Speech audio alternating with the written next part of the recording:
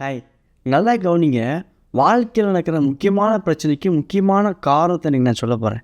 நிறைய பேருக்கு என்ன பிரச்சனை, ஏன் அதிகமாக கோவப்படுறாங்க, அவங்களால தன்னோட டெம்பரமெண்ட்டாக கவனமாக வைக்க முடியல அப்படின்னா அதுக்கு காரணம் பயம்.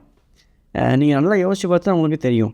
அவங்க பயந்ததுனால தான், பயப்படுறதுனால தான் கோவப்படுறாங்க. ஏன் கோவப்படுறாங்கன்னா, நான் நல்ல விதத்தில் கோவப்படுறதுன்னு சொல்லலை. சிலவங்க அக்ரெசிவாக எது கோவப்படுறதுன்னு தெரியாமல் கோவப்படுவாங்க. அதுக்கெலாம் காரணம் என்னென்னா பயம். பயத்துலேயே ஒரு காரணம் இருக்குது. என்ன பயம் அப்படின்னா, இப்போ எதாவது நடந்துட்டு அப்படிங்கிறதுலாம் கிடையாது. இதுக்கப்புறம் ஏதாவது நடந்துருமோ, உதாரணத்துக்கு எதிர்காலத்தை குறித்து எதிர்காலத்தில் நினச்சி ஏதாவது அப்படி ஆயிருமோ, இப்படி ஆயிருமோ, அது நடந்துருமோ, இது நடந்துருமோ, இப்படியே யோசிக்கிறதுனால பயம் வருது.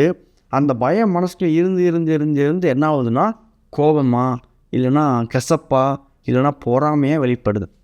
ஸோ எல்லாத்துக்குமே முக்கியமான காரணம் என்னென்னா இந்த பயம். இந்த பயத்தில் மனசுலேருந்து எடுத்து போடணும்.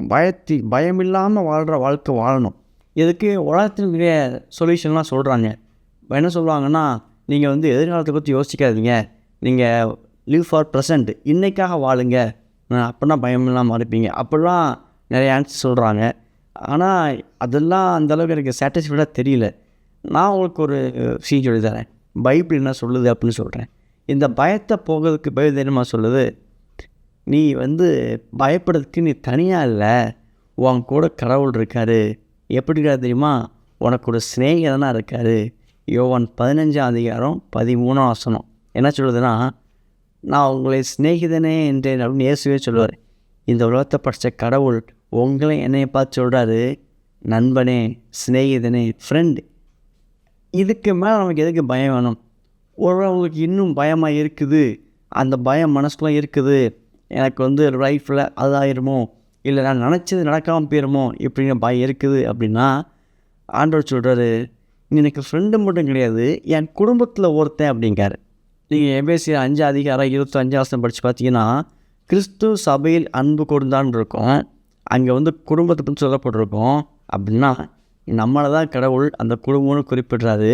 நம்மளை நேசிக்காரு, நம்மளை ஃப்ரெண்டாக பார்க்காரு, குடும்பத்தில் ஒருத்தவங்களாக பார்க்காரு, சபையாக பார்க்காரு. இப்படி எல்லா விதத்துலையுமே நம்ம நேசிக்கிற அந்த கடவுள் இருக்கும்போது நம்ம பயப்பட வேண்டிய அவசியம் இல்லை.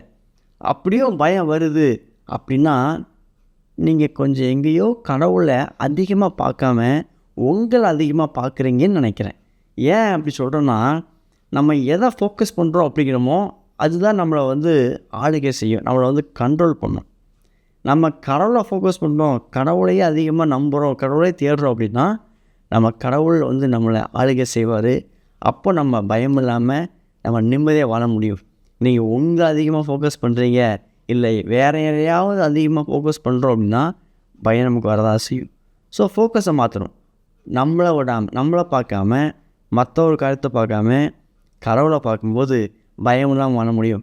பயத்தை சரி பண்ணுறோம் அப்படின்னா வாழ்க்கையில் பாதிக்கு மேலே பிரச்சனையை ஈஸியாக சரி பண்ணிடலாம். எபேசியர் 5:2 இப்படி இருக்குது, கிறிஸ்து நம்மளுக்காக தன்னை சுகந்த வாசனையாக ஒப்பு கொடுத்தார், மரணத்துக்கு ஒப்பு கொடுத்தார் சொல்கிறார். சுகந்த வாசனையானா தன்னார்வமாக அவரே முன் நம்ம நேசித்து உயிரையே கொடுத்ததா வேத சொல்லுது. நம்ம இயேசுனுடைய உயிர்த்தெழுந்த மரணம் என்ன அர்த்தம், அதனால் நமக்கு என்ன கிடைச்சிருக்கு அப்படிங்கிறத பார்த்துட்ருக்கோம் இந்த வீடியோக்களில். இதில் இன்றைக்கி சொல்கிறேன், பயத்தை நீக்கி போடுது, புதிய வாழ்வு தருது, நம்பிக்கையை விசுவாசத்தை கொடுக்கறதுக்காகவே இயேசு சிலுவையில் மரித்தார், உயிர் தெழுந்தார், இன்றைக்கும் நம்ம கூட வாசம் பண்ணிகிட்ருக்காரு. பயம் இல்லாமல் ஹாப்பியாக வாழ முடியும்.